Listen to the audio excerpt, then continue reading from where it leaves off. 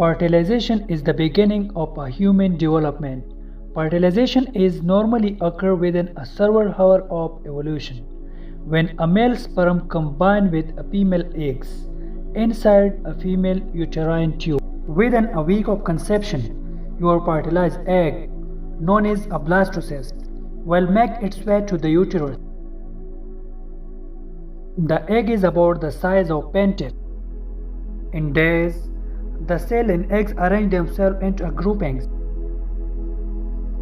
The inner cell mass will become your baby. The outer cell will become the amniotic sac and placenta. The blastocyst then shears this protective casing in a process called hatching and burrows into the large urethric wall. Around week 5, your developing baby is the size of sesame seed.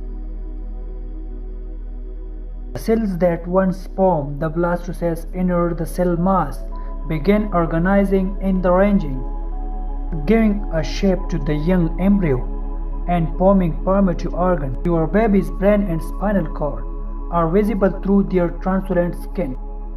Right around this time, your baby circulatory system also forms and their heart becomes to beat. Your baby looks more like a tiny tadpole than a human. By week 9, the embryonic tail is gone. Your babies look more human every day,